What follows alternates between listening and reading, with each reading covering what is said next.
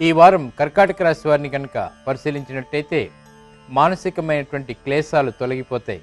చేపట్టేటువంటి కార్యక్రమాల్లో విఘ్నాలు ఏర్పడినప్పటికీ ఎదుర్కొనేటువంటి శక్తి సామర్థ్యాలు కలిగి ఉంటారు. వృత్తి వ్యాపారస్తులకు కూడా అనుకూల వాతావరణం ఏర్పడుతుంది.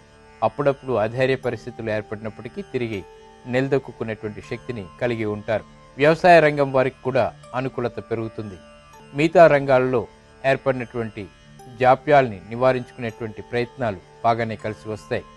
ఈ కర్కాటక రాశి వారికి ఈ వారం ప్రతికూల గ్రహం రాహుగ్రహం కాబట్టి ఈ రాహుగ్రహ శాంతికై చేసేటువంటి దుర్గా జపం లేదా రాహుగ్రహ జపం ఇవన్నీ కూడా చక్కటి శుభాల్ని కలిగిస్తుంది. ఇక మినుగుల దానం ఈ వారమంతా కూడా ఈ కర్కాటక రాశి వారికి శుభ ఫలితాలని ప్రసాదిస్తుంది.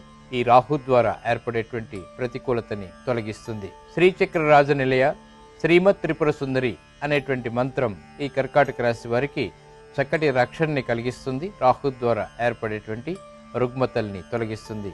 ఈ వారం కర్కాటక రాశి వారు చేపట్టవలసినటువంటి కార్యక్రమాలని పరిశీలించినట్టయితే ఇంతవరకు వివాహ సంబంధిత కార్యక్రమాల్లో ఏర్పడినటువంటి విఘ్నాలని అధిగమించేటువంటి ప్రయత్నాలు బాగా కలిసి వస్తాయి. అలానే మంచి ఫలితాలని కూడా ప్రసాదిస్తాయి.